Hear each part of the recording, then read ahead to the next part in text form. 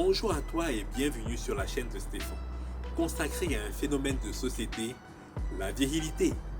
D'ores et déjà, je t'invite à mettre un like, à t'abonner et à cliquer sur la cloche de notification. Laisse-moi un commentaire ou une critique pour qu'on puisse continuer à débattre ensemble. A plus. Alors, dans la vidéo d'aujourd'hui, nous allons parler un peu de l'actualité. Je ne vais pas revenir sur les événements tragiques qui se passent en ce moment dans le monde entier et particulièrement dans la capitale française, Paris. En fait, je voudrais attirer ton attention sur les médias, sur la télévision.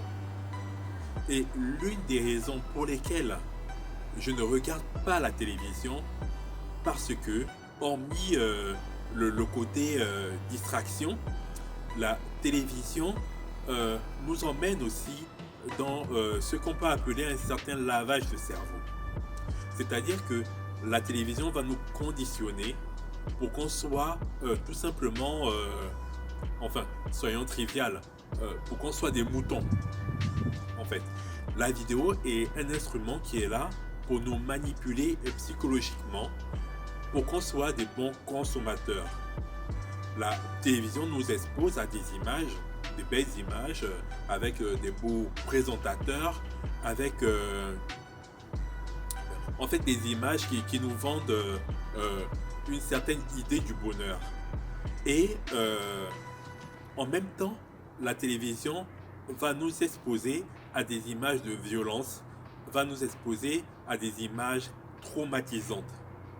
On le voit avec par exemple la situation politique en France et dans le monde, aux États-Unis ou en Afrique, avec la pandémie du Covid-19, avec les violences policières dont on parle aujourd'hui. Et moi je voudrais attirer ton attention et je voudrais t'emmener à te recentrer sur toi-même. En fait, je voudrais t'emmener à te prioriser d'abord. C'est-à-dire, je vais peut-être pas te demander de faire comme moi, parce que moi, ça fait une dizaine d'années que je ne regarde plus la télévision et que je me concentre sur moi-même. Pourquoi se prioriser? Pourquoi se concentrer sur soi?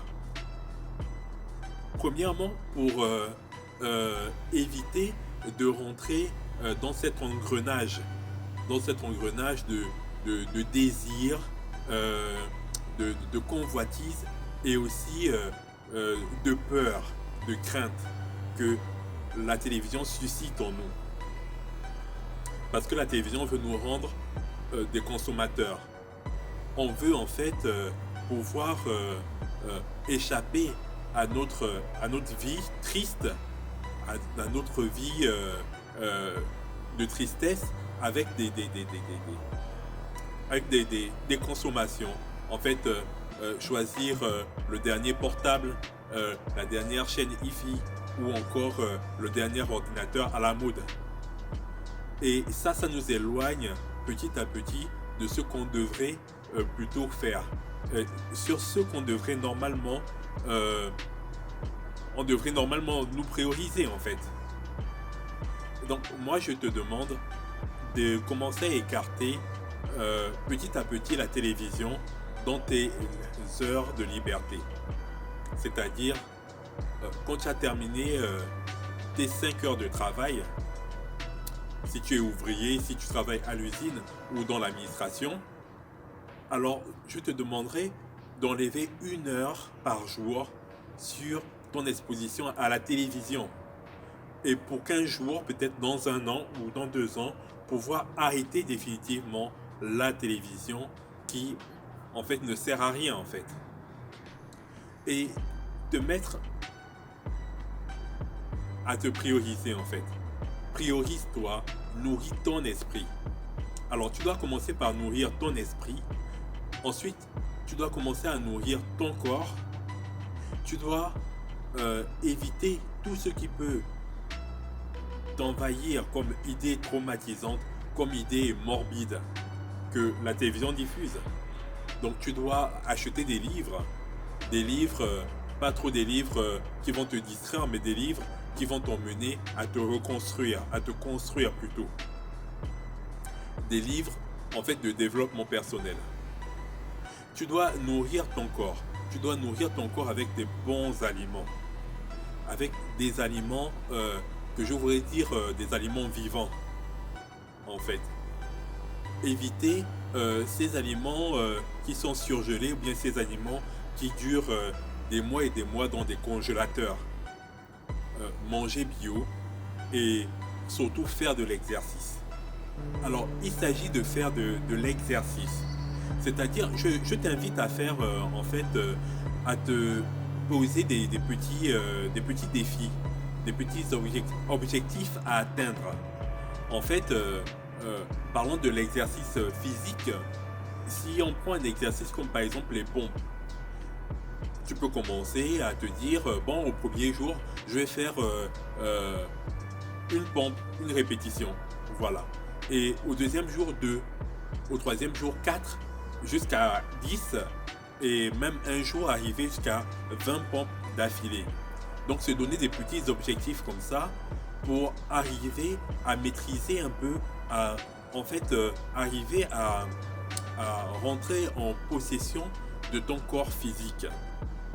Parce que l'environnement dans lequel nous sommes, et tu le vois très bien, avec le confinement, on nous a privés de nos libertés, on nous a privés même de la liberté d'aller même faire une balade, il fallait demander la permission, avoir des attestations.